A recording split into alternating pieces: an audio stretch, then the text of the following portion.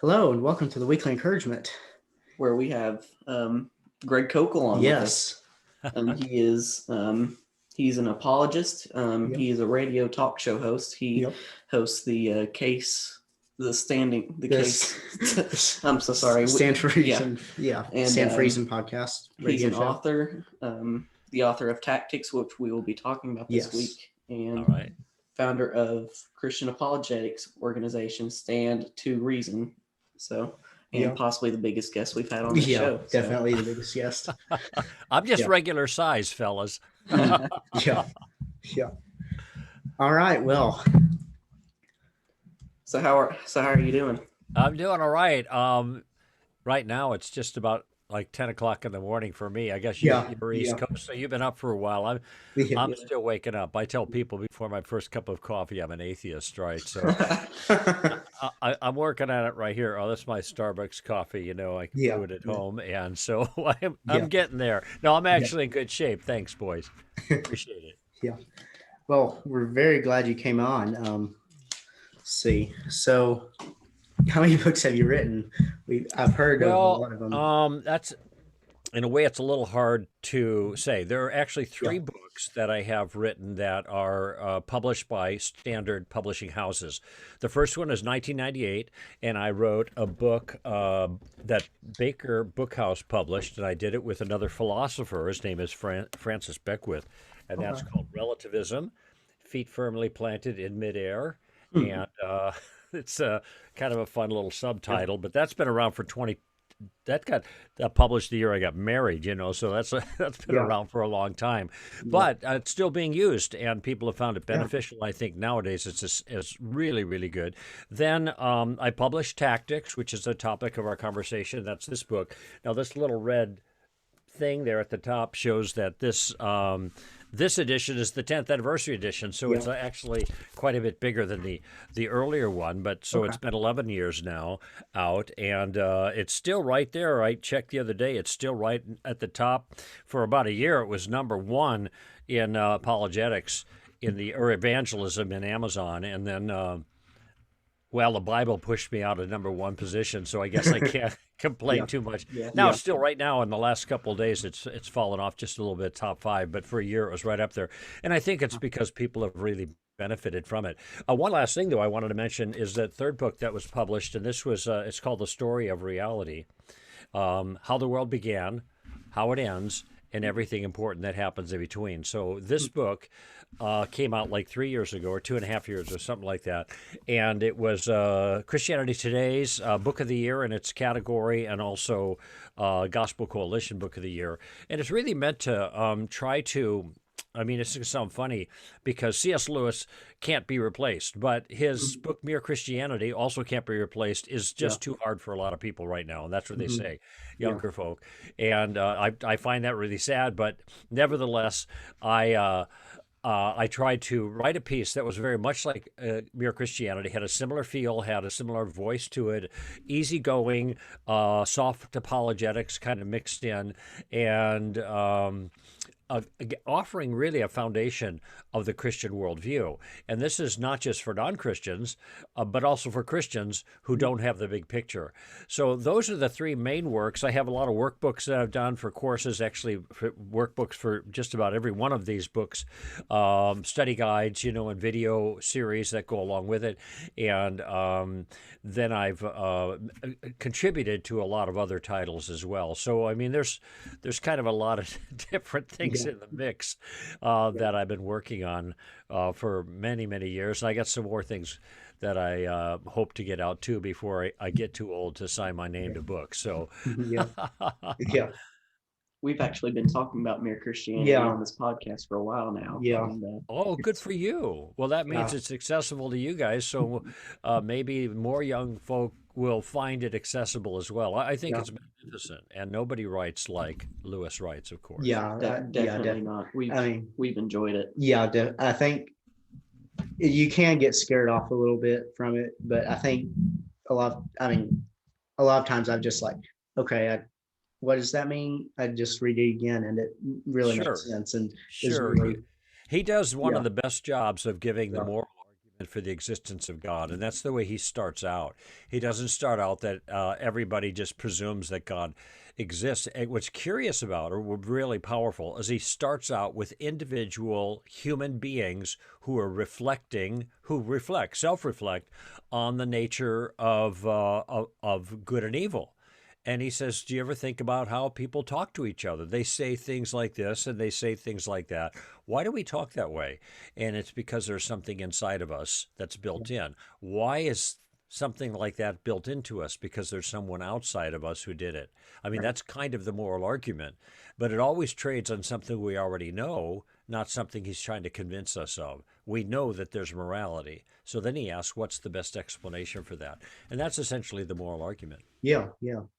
So there's kind of a few different kinds of apologetics, like evidential, expository, a couple like that. So what kind of apologetics do you think Tactics would be? Well, they're actually, you're right. If you take all the different apologetics approaches and you put them together, there are two major divisions. There are presuppositional apologetics and everybody else. Yeah. That's where the real difference is. So you could have classical apologetics, you could have historical apologetics, you could have, one step or two step. You have all these different ways of approaching it, but they are all broadly in the area of evidential apologetics as opposed to presuppositional apologetics. Now, I am not a presuppositionalist, even though I was. And that's a little bit hard to describe what their philosophical and theological distinctives. But what I try to do is I try to do my apologetics the way Jesus and the apostles did apologetics. Yeah. Now, they didn't argue for the existence of God because there were almost no atheists then. Yeah. Okay, right. But they certainly talked about God, and then they argued for the resurrection, and based on the eyewitness accounts, for example, and they reasoned from the scriptures, pardon me, when they were talking with Jews, which is they reasoned from the accepted source of authority for that group of people. When Paul talked at the Areopagus there in the book of Acts in Athens, he didn't quote Old Testament scriptures. He quoted the Epicurean philosophers. So what you see is an adjustment and an adaptation to the people and the crowd that they were speaking to. Paul says in Colossians 4 that when we engage, we should know how to speak to each individual person, okay? How to reply to each individual person. People are in different circumstances, and so they're going to require a different kind of appeal or approach. And so that's the way I approach it. Presuppositionalists have a different theology about this and a different philosophy about this, and therefore they have a different way of approaching it. And I don't, it's not my view. I don't think it is as effective, frankly. Yeah. But I think the safe thing to do is not argue about apologetics, but just do them. Yeah. And if we can do them the way that Jesus and the apostles did them, I don't know why anyone could find fault with that. Yeah. So I've been reading your book and it's really interesting. It's helped me a lot. And so do you have maybe like a favorite tactic or a couple of favorites? Or? Well, yeah, there's a well, I could spend a whole hour talking about that. Let me talk about, if it's okay with you, I'd like to start with a foundational concept to the game plan, because the Tactics book subtitle is a game plan for discussing your Christian convictions. So what I'm offering here is a way for Christians to go about engaging. And many of us don't have a way. And this is why we don't do it, because we don't exactly know how to begin or proceed, and especially when we're in a culture where there's a tremendous amount of opposition, we're just tongue-tied, and so therefore we sit on the bench, okay? And the only methodologies, pardon me, that we've been given are methodologies that focused on, I'm just going to put it this way, focus on the harvest. So we might have booklets that explain the gospel in a simple way, and then have a prayer at the end that someone could pray. Now, there's, along with those booklets, when it's time for them.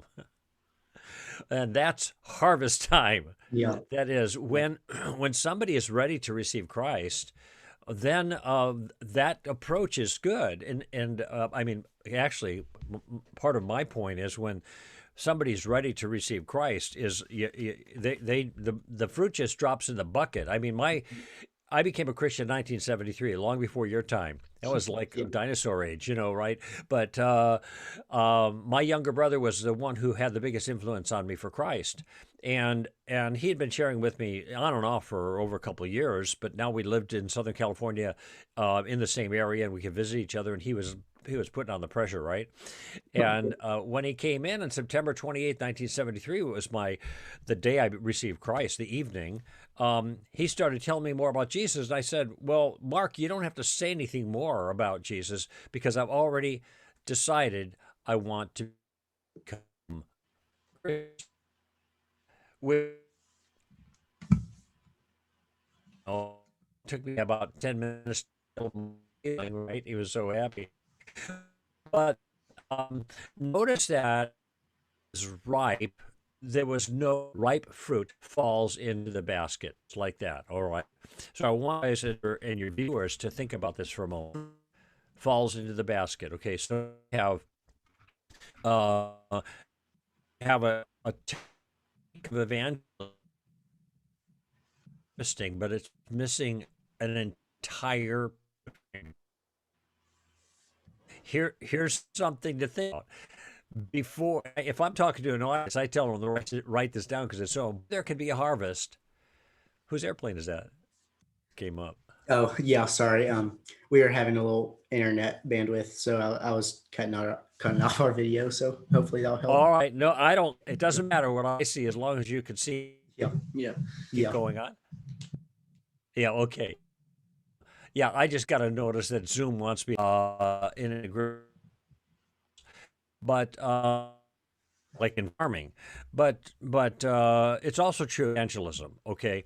And what we do not have is we don't have gardening tools, and that's what tactics are all about. Tactics are about gardening. Okay, and leading up to a point where someone might receive Christ. And when I say leading up to, I don't mean you garden in this conversation, and then you get the point of receiving Christ. It's almost never the case where people. I might have met one in my whole life that heard the gospel for the first time and like that became Christian. No, usually it takes lots of conversations, especially nowadays, with lots of different people in order to accomplish that end. And so that means there's individuals in the place that are doing a little bit there. That's what I mean by gardening. Now, if you go to John chapter 4, Jesus engaging at the well. It's a famous, but a lot of people don't keep reading the conversation Jesus had with the disciples after the conversation with the woman at the well. She got the sidecar to tell everybody about who she thinks is the Messiah. But the apostles come and wondering, why is Jesus talking to this woman? And then Jesus said to the disciples, watch the words, you are about to reap where you did not sow. Okay? What you are to harvest where you did not garden. Okay? Yeah. In other words, what Jesus is doing, he's identifying one field and also identifying one team, believers, but he's identifying two seasons, some reaping, and two kinds of workers, sowers and reapers, what I'm calling gardeners and harvesters. Okay.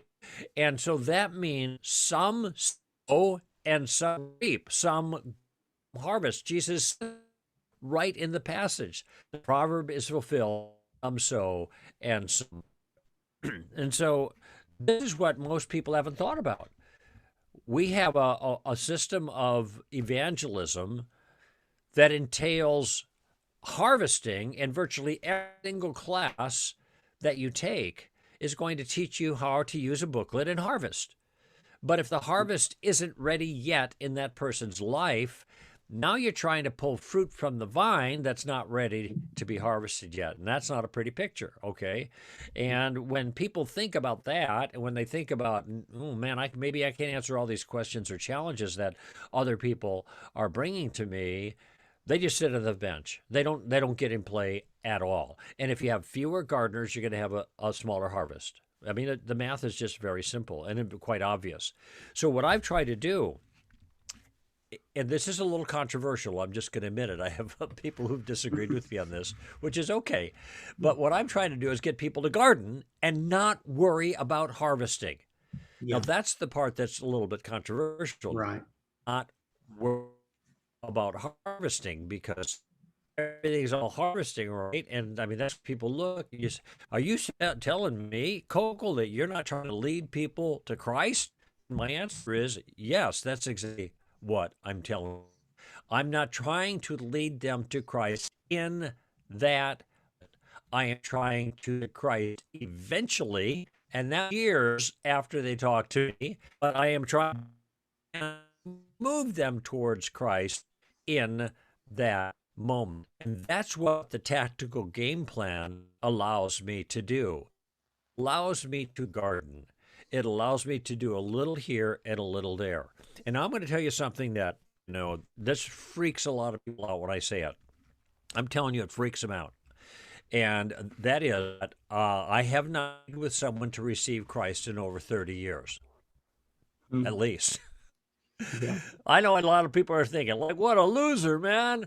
Yeah. Well, that I have that is a different mode, and that mode has been, but I will tell you, have never been more effective for the have been in the last years. And I'm not saying that people who are just hard not effective at doing what they're capable of doing, but a lot of us, most look at that when I do or when I do or I speak before college campus audiences, more than 80 of them, I realize that what I'm doing is I'm not trying to have an altar call, right? I'm trying to give them something to think about. And this is exactly what I tell them. I tell them when I'm at a university, I say, I'm here because, my life has been deeply changed by an ancient thinker. His name is Jesus of Nazareth. And then I give them, say, just a few words about how I really considered the claims of Christ when I was in the college at UCLA ago, and I decided to follow Jesus, and that's what I've been doing with my life. But then I tell them that I'm not here to convert them. That's not what I'm after. I said, I have a different goal. And this is the goal I want to commend to your listeners. I have a different goal. And that goal, and the way I put it to them is to put a stone in their shoe. Okay. Now think about that. That's no fun. I mean, it's not like the end of the world, but it's like annoying, right? And so I said, there you go. I'm here to annoy you a little bit, but in a good way. Right? Yeah. I want to say something that gets you thinking. And if I can get you thinking about Jesus, because I think he's worth thinking about, well, then I'm happy. Okay. So the end game for me is just to do a little spade work, gardening, Yeah. put a stone in their shoe is the way I describe it. It is not to try to get anyone to pray to receive Christ. To be honest, I think that takes care of itself when the time is right. And case in point, now I don't know how widely read you guys are in our discipline, but and you may not have heard of these two guys that I mentioned, which is okay. But are you familiar with a guy named J. Warner Wallace? Yes. Okay. Yeah. Okay. Cold Case Christianity, right? Yes. And God's Crime Scene and Forensic Faith. I mean, the guy's got Yeah. bestsellers abound. Yeah. And he used to be an atheist, and then he's a cold case detective who's never been beaten in court, by the way. He's won every case. Murder cases that are cold for 25 or 30 years, and he's able to solve them and get the bad guy. Okay. Well, he was decided to apply his detective skills to the Bible, and he got his testimonies, and he was convinced then that Jesus rose from the dead, and he became a Christian, and then he decided to start teaching others about it. Then he wrote his books, and now he's in the country on Christian apologetics. I was just with him last week, and for example, and the week in Phoenix or Tucson. Anyway, we've been good friends for a long time. But I'll tell you something about J. Warner Wallace. He was listening to my show when he was an atheist. Right? I could give you examples of other people works for Rabbi Zechariah's organization now as senior vice president of Muslim. He was in my garden. He was listening to the show. Now, I didn't lead either of those guys to Christ, but they're well-known names now as authors and apologists and speakers and stuff like that. I wasn't there when they became Christians, but they attribute, I know this because they tell me, they attribute a significant part of their coming to Christ through their contact with Stand to Reason or with me on the radio. I think Abdu was even before Stand to Reason. But in any event, the point was that I was doing the gardening. I did not have to worry about the harvest to those people. I didn't. Yeah, I haven't led anybody to Christ in 30 years. What a loser. Well, wait a minute. It wasn't for naught. And I actually think that most Christians are gardeners, which is one reason they're so uncomfortable with the harvesting technique, because it's just not their style. And they're not up for the conflict that it might cause. And so they sit on the bench, and if they had a tool that could help them put a stone in someone's shoe, that could help them do a little gardening and move them along a little bit, then I think that they would take advantage of that tool. And that tool, humility is this book. I don't know what to tell you. That's why I wrote the book. Yeah. That's why just the other day I have almost 1,100 views just in the latest edition. The average is 4.9 out of 5. Now, they're trying to flag. The point I'm making is I wrote my own experiences over many, many years, and I looked at some other written back in the 80s or 1990, actually. I was already in my teaching, but I in 2000 and 2010 is when this came out, 2009, and then I new review. I was doing this the first book, so I've been doing this more than 30 years. Build it and developed, I was put handles on it into these different maneuvers, and people have found it to be really, and I'm not surprised because it changed my ability to engage people. So foundation. I want to pick up the book so they can learn how to lead people to Christ better. Well, that's good. No, but what I'm after is a lot of Christians who don't have the courage to go in that direction yet, but they just kind of want to get into play in a fair way. And that's what the Tactics game plan. And to be honest with you, if I were, here's the way I think it actually works. There were no altar calls in the New Testament. That nobody was called forward. Nobody prayed with anybody to receive Christ. What happened is the gospel was communicated, and people responded. Gardening was done, and the harvest happened largely on its own because of the work of the Holy Spirit. Okay, which means that the action's in the gardening, it seems to me. And that's what we should be teaching people to do. And that's why I wrote the book Tactics. So anyway, that is the, fellas, that's the foundation or the predicate or the prologue or whatever to the larger tactical program. I don't know if do you guys have the new edition or do you have the older edition? Yes, we have the new edition. Oh, okay, good. Because I did develop the idea of gardening a little bit more in the new edition, but I didn't. But I think is really important for people to get. Want to know how to execute the game plan properly. What's the end goal? Gardening, not harvesting. And if some people, like I said, don't like.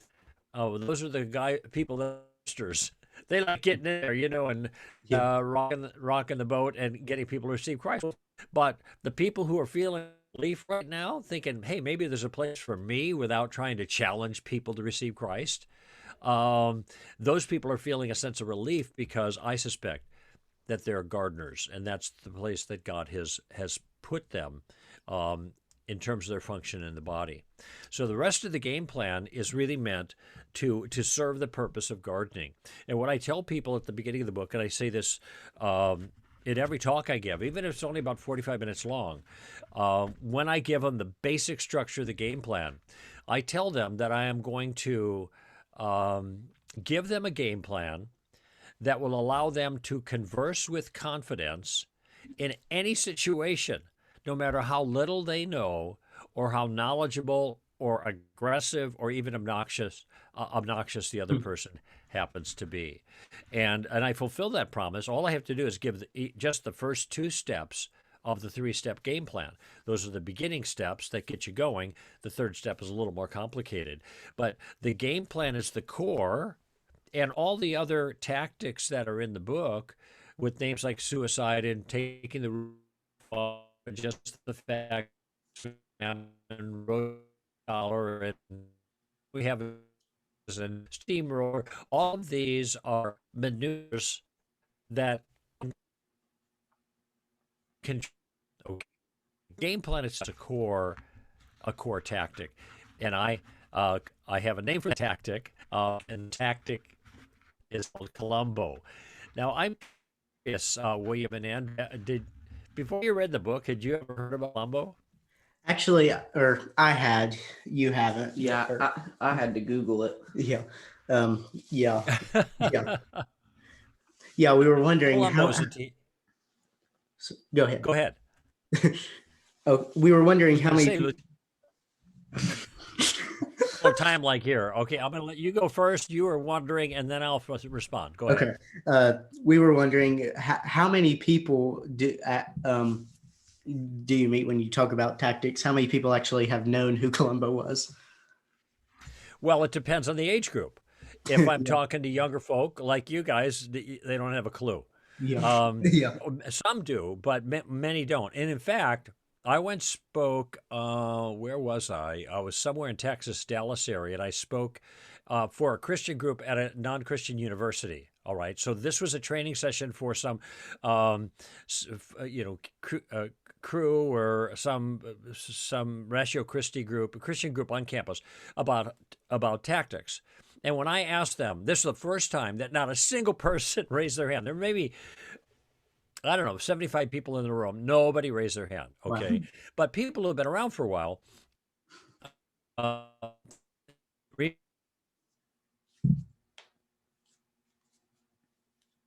right. And then murder mystery.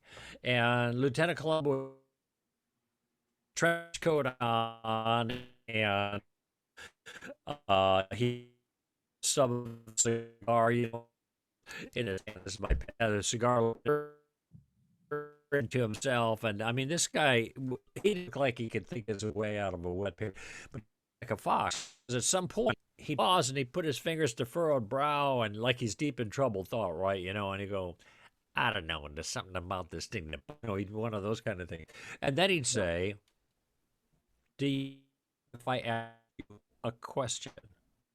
So they asked this and then he one more things him to death with question after question. And you see this it's a habit that Christians need to get into. The key to the Columbo, whether you know about the character or not, you can go back to YouTube, and if you want to look up some episodes, I mean, there are a gazillion of them. Columbo, so it's Columbo. And the key to the tactic, though, is that the Christian goes on the offensive, that is, takes the initiative, but in a non-offensive way, with carefully selected questions that advance the conversation. All right? You take the initiative in a non-offensive way with carefully selected questions that advance the conversation. So the game plan is centered on the Columbo tactic. Columbo is the game plan, all right? The other tactics that I mentioned, and there are more, serve that. So even when we use the other tactics, like suicide, and we demonstrate what we point out that a point of view self-destructs. Right. Like, for example, people say, well, there is no truth. Well, the person who says there is no truth thinks that the statement they just made is true. That means it's got to be false. If their statement is true, it's false. Yeah. That's why I call it suicide, So instead of pointing out, hey, that's contradictory, you could do that, but it would be inelegant. If somebody says there is no truth, you say, really? Is that true? See, notice it's a question. Yes. Now, here's the value of questions, fellas. The questions the questions essentially throw the ball in the court of the other person. If I'm asking questions, then I'm in charge of the conversation, but the other person is doing all the heavy lifting. All right.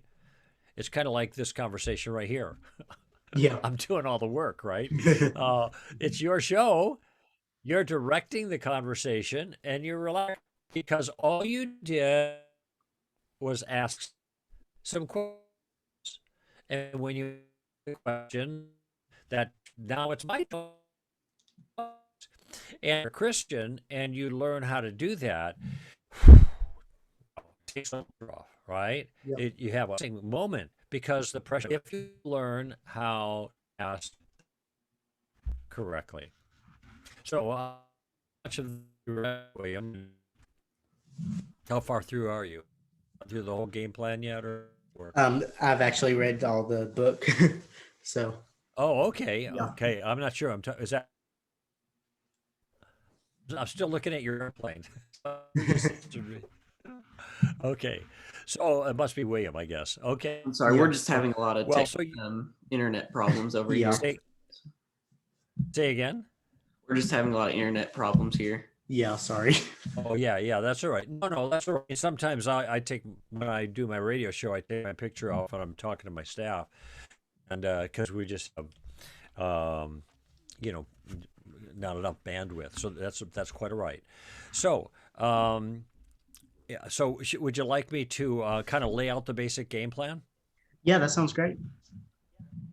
Okay, so the game plan actually have 3 steps, but we'll talk about the first 2 steps because they're the most important to fulfilling or answering the or fulfilling my promise that I made just a few moments ago about giving a game plan that will allow people to converse with confidence. Okay, and obviously, and we had about a half hour left. We're not going to be able to get into all of the different tactics, but to me, if I have a shorter amount of time, I'd rather have people get a good grasp of the game plan so they can get started. And then if they get the book, they can add some of the other tactics to it as they maneuver around. That's easier to do, but the game plan is the key part. Okay. Now, part of the reason we ask questions, and that's going to be core to the game plan. So what I want your listeners to be doing is thinking that the game plan for engagement is a game plan that doesn't make statements but asks questions. Mm-hmm. Now, some of your listeners might be thinking right away, well, they can see the advantages of that. For one, if you're asking questions, well, that's being friendly to other people because you're drawing them out and trying to get their point of view. Secondly, if you're asking questions, you're getting more information, right? Right.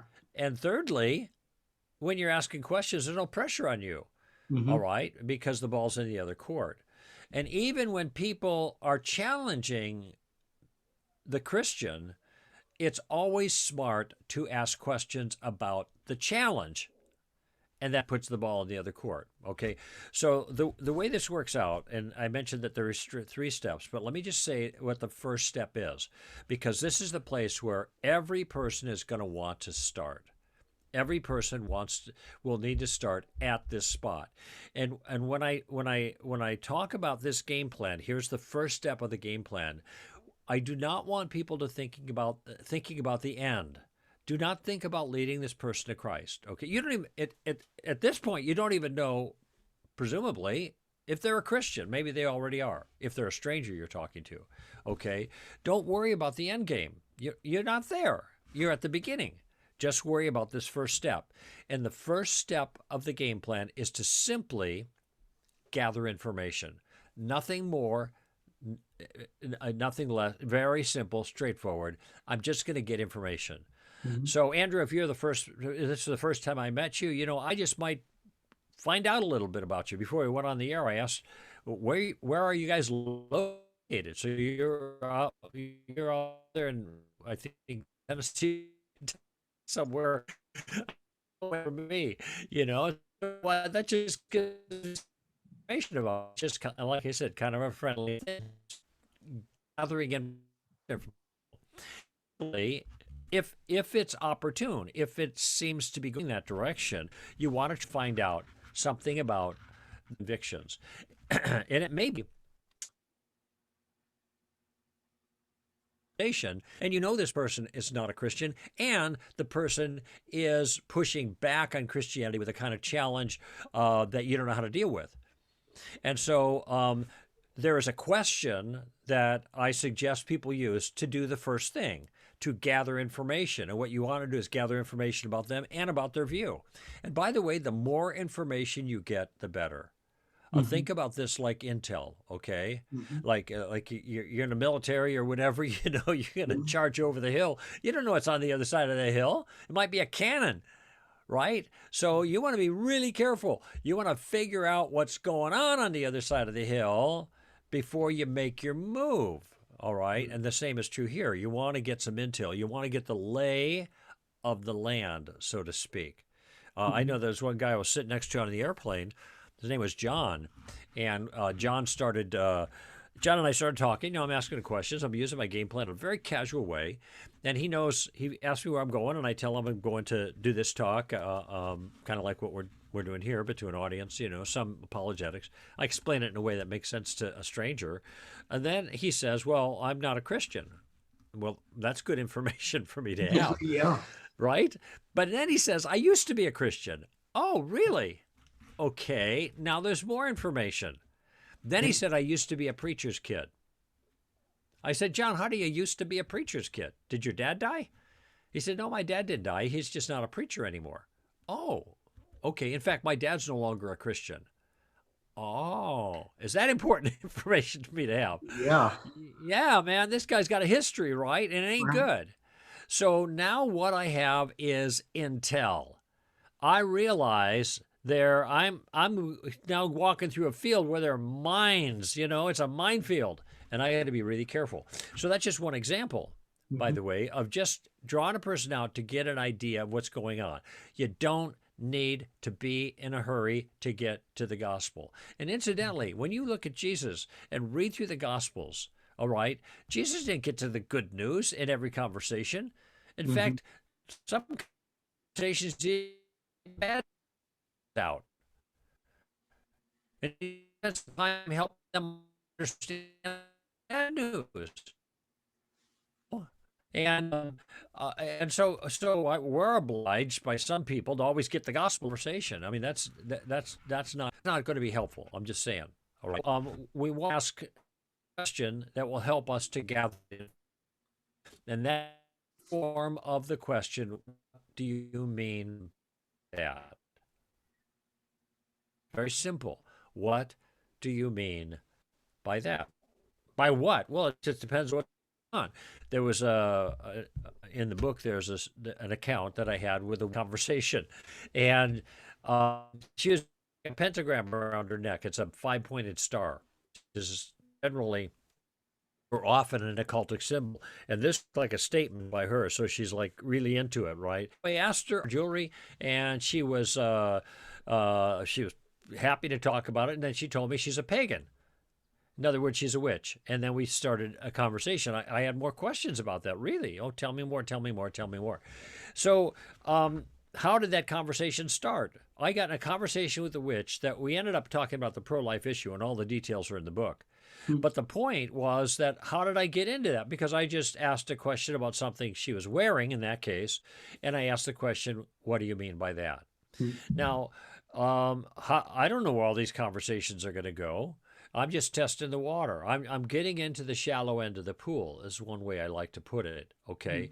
And then I'll just see what happens. Sometimes God does something, sometimes he doesn't. I don't think that every conversation is a divine appointment, right? That's not my view. And so the goal here is to gather information. First use of the Columbo. We use some for the question, what do you mean by that? And that's going to be especially helpful when somebody offers a challenge on you as a Christian. So if somebody says, hey, you know, Christianity isn't the relative. Or you might think, well, good arguments against relativism. I wrote a book, I just flashed it for you. Relativism is, but the person who claims that everything's relative knows what relativism is. A lot of people, fellas, just repeat what they hear others say. Mm-hmm. They do, okay, and Yep. they're not thinking about it. They just, oh, this stops Christians in their training. But what I would do in a situation like that, and what you ought to do now that you know the first, which is to gather information, in particular information about by asking the question, what do you mean by that? If somebody says everything's relative, question about what do you mean? What do you mean it's relative? And I'll let them explain it. Okay, so now it might be some people what they're getting at, but it's not obvious to me what they might not be getting at because they may not know anything about relativism. They just know that this is what they're supposed to say at this point to stop the Christian. Mm-hmm. So is everything relative? What do you mean by relative? They just get silence, right?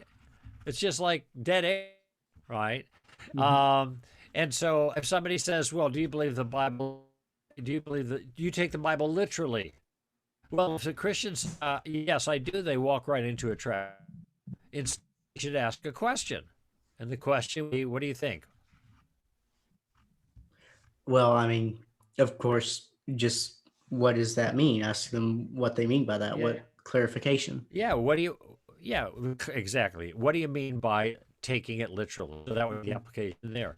Do you believe in evolution? Well, it kind of depends. What do you mean by evolution? Because there's a lot of different kinds. If you mean change over time, well, my theology's evolved over time. So I believe in that kind of evolution. So what precisely do you have in mind? Let them do the heavy lifting of explaining their view. And when they go on to explain their view, anything that is not clear to you, always ask another question. Okay. Now, I'm just going to tell you a secret about that first step, fellas.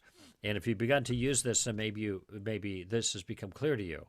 In that first step, all you're doing is gathering information. When you're doing so, you'll be amazed at about the impact you can have for good to get people thinking about their own view just by asking questions. There was a waitress that came up to me in a restaurant in Seattle a year before last, and I was not in the mood to share Christ. I was just waking up. Like I said, I had my coffee yet, so I was really groggy. I'm a slow starter. I just done a weekend event Friday and Saturday. It's a Sunday morning, and I'm on my way to a church to speak. And man, I was tired. I didn't want to talk, but this gal wanted to talk. And so I thought I'd get rid of her by saying, okay, well, she said, well, what's going on? She was way too lively for that point in the morning.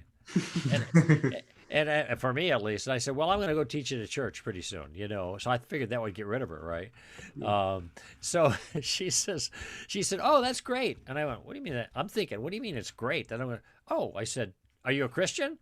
So now I'm asking a question for clarification, right? Right. I mean, that's just natural. She said, no, I'm not a Christian. I used to be a Christian, but I'm not a Christian anymore. Now, she said, the universe takes care of me. And I thought, what? And so I said to her, what do you mean the universe takes care of you? That's the same question, right? What do you mean by that? What do you mean the universe takes care of you? Is the universe a person? No, the universe is not a person. Well, then how does the universe take care of you? Oh, well, God takes care of me. Okay, so God takes care of you, not the universe. Well, God is the universe. Really? How can that be? Notice that all I'm trying, and I'm not even trying to witness, all right? You know this. I'm trying to get rid of her, kind of, but at this point, she's saying stuff that are so odd. I just want clarification what she means. I'm not going to refute her new agey stuff or anything like that. Anyway, so finally, she keeps talking all this gobbledygook, and I asked more questions for clarification, and finally, she got to go pour coffee to somebody else, right? So off she goes, which is great. No problem. I get my breakfast, and she comes back to me with the coffee pot in hand a little while later, and she said, here's what she said. She said, nobody has ever asked me questions like that before. And it got me thinking. That was it. And I said, well, if we had more time, I'd ask you more questions and you could do some more thinking. Okay, now notice what happened. Is Mr. Koukl interested in sharing his faith at that moment? No. Does Mr. Koukl want this person to go away? Yes. Okay. But there's an opportunity, and I'm not even trying. But when she makes these statements, I've got to get some clarification. And by asking Columbo number 1 questions, that all by itself had an impact on her. And I put a stone in her shoe without even trying, just the first step of the game plan. And that happens a lot. All right. So I'm just trying to give your listeners an idea of the power of these questions, even when you don't go very far with them. All right. If nothing else, they're getting an education about what the other person believes, even if they don't know how to answer. And I think New Agers are hard to answer and hard to deal with. That's why questions are really important, because I think that their views are largely incoherent. That means they're all kind of crazy and contradictory, just like hers. And so when I ask for clarification, they can't clarify it, then maybe they're starting to think inside, yeah, that's kind of crazy. Yeah. I don't know, but they might not think of that right at that moment. They might think of that a couple of days later. Okay, so there's the first question. The first goal is to gather information. The first question is, what do you mean by that? You're getting an idea of what the other person's view is, okay? Okay, now is it my time to jump in with my view? No. Okay, that's just, you're asking for trouble at this point. If you do that, I'm just saying, all right? You can do whatever you want, but if you want to have a successful engagement gardening, here's my advice. First question. Now, the second use of Columbo, I call it reversing the burden of proof. Okay, reversing the burden of proof. Now, the burden of proof, phrase that your listeners might have heard of before, is the responsibility that some person in the conversation has to give evidence for the view. All right. So who has the responsibility to give reasons or evidence for a view? And the answer is the person who's giving the view. Right. Very simply. Or put another way, the person who makes the claim bears the burden of proof. The person who makes the claim. So if you say something is so and it's controversial, then you have some good reason to give. You have an obligation to give a reason why you think it's so. Right. So if I'm sitting here in Southern California right now and I say, go to my daughter and I say, honey, it's raining out. She said, it's not raining out. It doesn't rain in Southern California, at least not this month. I said, it is. Look out the window. Oh, so what am I? Oh, it is raining. So what am I doing? I make a controversial claim and then I give a reason why she should believe my claim is true. Look out the window. All right. So, So that's in essence the second step. When somebody else makes a claim against us, everything's relative. There is no God. The Bible's been changed. Jesus didn't exist. On and on and on and on. First, we want to figure out what they're talking about. So we ask lots of questions to get clarification. Next, once we are clear on what their view is, we want to know why they think their view is accurate. All right? That's really important. And that's why we ask this next question. Okay, now I think I understand. Okay, great. I'm curious, though, how did you come to that conclusion? That's the model question. How did you come to that conclusion? Why do you think that's the way it worked out? Help me out here, And now it's their job to give you the reasons for the view that they just gave you. So they said everything's relative. Well, what does that mean? Well, all learning is perspectival, blah, blah, blah, blah, blah, blah, and they give you this.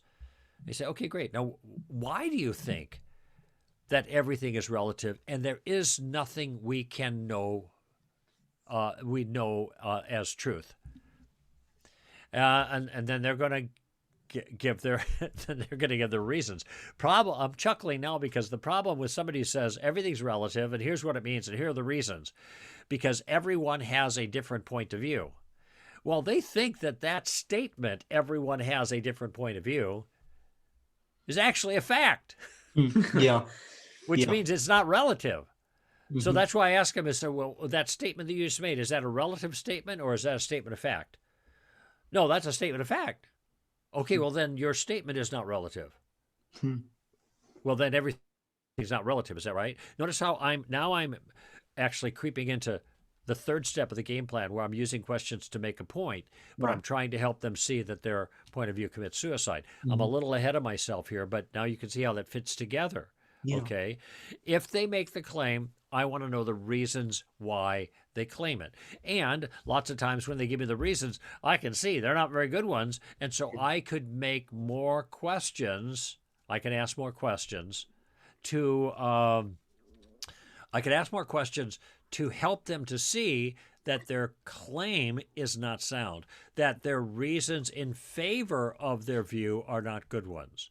Now, what I've just described is I've given a hint at the third use of Columbo, which is using questions to make a point, but that's advanced because you have to know what point you're going to make. And if the point you're going to make is to show a weakness or a flaw in their view, well, you got to know what that weakness or flaw is. And that's what the rest of the tactics in the book will help to do. The first section is the game plan, right? And then all the rest of it is all the tactics that help you to find the mistake and then give examples of how you use questions to exploit the mistake. But we're always using questions. That's the key. The more that people use questions, the more effective they're going to be. And that little three-step process, as simple as it is, will allow even beginners to get into the shallow end of the pool and start using a game plan that, as I promised, will allow them to converse with confidence in any situation, no matter how little they know or how much the other person knows. I mean, it really is that simple. And if a person wants to demands that you give answers to his questions, you can just say, well, you know what? Frankly, I don't have those answers right now for you. I'm going to have to think about that. But thanks for helping me to understand your view. There's nothing wrong with that. Get an education if you're a real just a beginner. You don't have to answer every challenge. Right.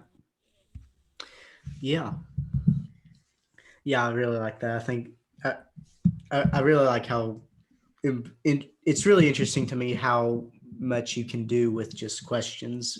I mean, you don't have to lay out your view. You just have to make sure you understand the other person's view before you can show them what's wrong with it. You have to. That's right. I mean, that actually makes sense. Before we can show that another person's view is mistaken, we have to know what that view is. Right. Now, it might turn out that we don't know how to show it's mistaken, and that it happens even with me, and so this is where I have to do my own homework on some things that are coming up, some new things that come up for me. But after you do this more and more, you find out more and more about the standard kinds of objections, and it makes you more capable of addressing those objections when they come up using the game plan that I'm talking about. Yeah. All right. Let's see. So what was the part about in tactics, writing tactics? What did you enjoy about that, or what did you not enjoy about that? Maybe like, okay, I don't enjoy any of the writing. Writing's hard. Yeah. And it's what I enjoy is having written. Yeah. So when I see 1,000 people give me virtually uniformly 5 stars, that's cool. It makes I feel good because I have a sense that I've made a difference in their life, and that the hard work is done. Now the book is doing the work for me. It's going out. C.S. Lewis has been he's been dead actually. Let me just think. The anniversary of C.S. Lewis's death was yesterday, November 22nd, 1963. So I'm not good at doing math over the millennium period, So, I mean, that was a long time ago. Let's see. Actually, I was 13 at the time, and so I'm 70 now. So I guess I was 57. That's 57 years ago. Yeah. That's how I do the math. So, but his book lives on. Yeah. And it's always right there at the top, It's selling like crazy because it's a classic and it meets people's needs. So if somebody so that's the same thing for me. I mean, in the sense that you do the work of the writing, and then when you invest in the writing, then it gets fun Yeah. when you're done. The the fun is more fun when the work is done, kind of thing, that kind of deal. But I think the notion that what I like about the book is the simplicity of the game plan. It is accessible to lots of people. People can read it and they will see how it works and they can easily put it into play. They are getting in, as I mentioned, to the shallow end of the pool. And in the book, there are lots of different, as you know, lots of illustrations of not only the game plan and the parts of it, but also the tactics. I give you illustrations of what happened in my own life in conversations. I did a 1 hour national TV debate with Deepak Chopra. And he was probably the #1 New Age guru in the world, right? I did a 3 hour national radio debate with American atheist Michael Shermer. And so I use tactics in those events. And I also take specifics of how I was strategically maneuvering those things. And I put them in the book. So people can see, why did I do what I did in those circumstances? And preparing in advance and being ready for the challenges. And that's, by the way, an important part. If people want to make a difference for Christ, you could learn the game plan itself, the basics, and that's a great way to start. And if all people did was just do the first 2 steps of the game plan for the next couple of months, no big deal. That's fine with me. Yeah. Find out what people believe and why they believe it. That'll be a great education. Take notes too, so you can get clear on what you're up against. All right. A lot of times it won't be as crazy or as wild or as scary as you thought. All right, but it's a good start, and then just go from there. And as time goes on, maybe you'll learn more and can invest in the third use of Columbo as you know a few things, using questions to move forward. But it's just so accessible, and I mentioned just the first question sometimes has a big impact on people, even though you don't go past that. And I gave the illustration with the waitress in Seattle. But the second question also, when you ask people, how'd you come to that conclusion? A lot of times you get dead air. And so that forces them to think about the reasons for their own view. And sometimes they don't have any good reasons. They just have strong feelings, but no good reasons. Okay. Incidentally, there is in the tactics book, there is a long conversation I had with the waitress in Seattle at the end of the game plan section, and you could see all the aspects of the game plan working together. But that was a conversation I had about 25 years ago. So that's not the same waitress that I was just talking about. That was a short conversation, and it was after I had kind of put this stuff together in the book. But so I have conversations with waitresses from time to time, and every once in a while they'll find their way into a book or into a talk. But that's a separate waitress in Seattle, just saying that. Yeah.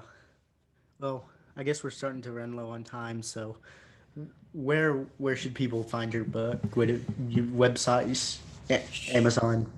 Sure. Well, people can go to Amazon. That's the easiest. I want to suggest that they go to our website, though, and for a couple of reasons. If you go to our website, and I'm the president of Stand to Reason. That's the name of the organization, Stand to Reason. Okay. And the website is STR, which is the acronym for Stand to Reason, str.org. Very simple. Now, when you go there, you can go to our bookstore and buy the book. I actually don't know how much it costs. It's probably a little bit more than Amazon, but that little bit more, Stand to Reason gets. All right. Plus, you'll be at our website, and that will give you an opportunity to look at all kinds of things on our website that are that your viewers will find helpful, and that is they might even want to apply, rather sign up for my own radio show. And I do 2 hours every week. Been doing it for over 30 years, longer than we've had Stand to Reason, actually. And so, and there's a couple of other blogs that are available from other members of our team, radio blogs, video, audio blogs, whatever you can listen to. We have lots and lots of videos, articles, just about everything you can imagine that's dealing with making the case for classical Christianity and classical Christian values you can find on our website. So I recommend they go to str.org. Now, if they're not sure whether they want to get the book, then go to Amazon and look up my name, Koukl, and you'll see the Tactics book there. All right. Now, you don't type in Tactics because you'll get all kinds of military books and you'll get lost in all those titles. Type Koukl, Koukl, and then you can type in Tactics, and it'll actually autofill, and you select it. And then you can go to the book and just read some of the reviews, and that might persuade you that it's a good thing to do. I hope you do get the book, though, if you check it out. All right. Well, we will try to have links to that in the show notes. So, all right. One final question as we wrap up here. So, what's your favorite or least favorite hymn? Favorite what?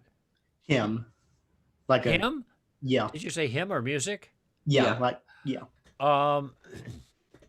Wow, that's interesting. I have a couple that I really like. One of them we sang yesterday, and I'm not always I can't always remember the names of them. Okay, so now my daughter would know this one, but they're the one that starts out, Jesus, Jesus, how I love you, how I need need you more and more, or something like that. Yeah, I like that. Whatever that is, that I can't remember. And and my singing's not so hot, but I have the reason I like that is because I can sing that during my own worship time, and I can change the words a little bit, so I can sing directly to Christ. And I say, how I need you more and more, how I love you. Oh, for strength to love you more, or to trust you more. And so they become a prayer to me. There's also a hymn that I like that you almost never hear anymore. It's more modern hymn, but it is a really sweet hymn, and it's called Ancient Words, and it's about the Bible. Ancient words ever true. Ancient words ever true. I better listen to it because I can't think of the words right now. I think I know what you're talking about. Yeah. Some people don't like this song, but I think it's a beautiful song. It's an ode to the Bible, and it's really, really sweet. And changing me, changing you. We have come with open hearts. Oh, let the ancient words impart is one of the lines in there. So, and that's the way I want to come to the ancient words of Scripture. I want them to change my heart. I want my heart to be open, and I want the truth of the ancient words to be imparted into my life, you know, kind of thing. So the one I don't like about 1,000 of them. And there are all these, some people call them 7-Eleven songs. There are all these songs that have no melody. They're very popular now. They're very, if I could put it this way, I mean, the people that write these, I think, are very genuine, but the lyrics are banal. Banal means just dull, ordinary. And I'm reading right now through the book of Exodus, and Exodus isn't very, especially towards the end, it isn't very fun reading, because I'm reading about how you sew the curtains on the temple, and how all of that. But I noticed something that occurs over and over again, and that is find skillful people. Skillful people to do this, skillful people to do that, skillful people. In other words, God wants something beautiful in the temple. And so God cares about beauty. And so if we are not giving God beautiful work, beautiful songs, then we're not giving him what he deserves. So I think a lot of these songs are not beautiful. They are atonal. That means they don't have hardly any melody. And if a song has no melody, guess what? The audience can't sing it. Right? So if it's the words, I mean, my 12-year-old daughter could have written them. She could have sat down and write a bunch of spiritual sounding words, and we'll call it a worship song. Yeah. But this is why I like the older hymns, because they worked at saying something true about God in a skillful and a beautiful way. Yeah. So that's my take on hymns. Yeah. Yeah. Whenever I see a song that, instead of like how a lot of the older hymns would have really, I don't know, not appealing, but just like really stirring words and melody. And nowadays, a lot of people try to replace that with repeating a bridge half a dozen times. Yeah. Well, you know what I think they listen to music on the radio, and something that sounds good from a performer, they think will be good for worship. Yeah. But it isn't. Not always. Sometimes it is, but not always. A lot of times it's good for performing because it has a lot of trick things in it, but people can't follow all the trick stuff that you're doing as a vocalist. So, by the way, that song I was trying to think of is called "Come Thou Font." Come Thou Font. Da da da da da da da da da da da da. That's the thing. Again, pardon my bad acoustics here. I really like that song. And I can't tell you all the words. There's a line in there, but that really resonates with me about my heart is prone to wander, prone to leave the Lord I love. And I think that's true of most people. We're distracted. And so I can sing that song with integrity because it is true of my own heart. And I want God to draw it and seal me. Yeah. Now I know I'm sealed in Christ. I'm safe in Christ, but but emotionally I'm not always there. I want him drawn. I want to be drawn to him, and that's what I sing in that song. Yeah. So there you go. Yeah, actually, I think we sang that for church yesterday. I think, or maybe that was last week. I don't know. But anyway, thank you very much for coming on. We're very glad to have you on. So glad to help out, fellas. Yeah. All the best to you. Well, I really appreciate it.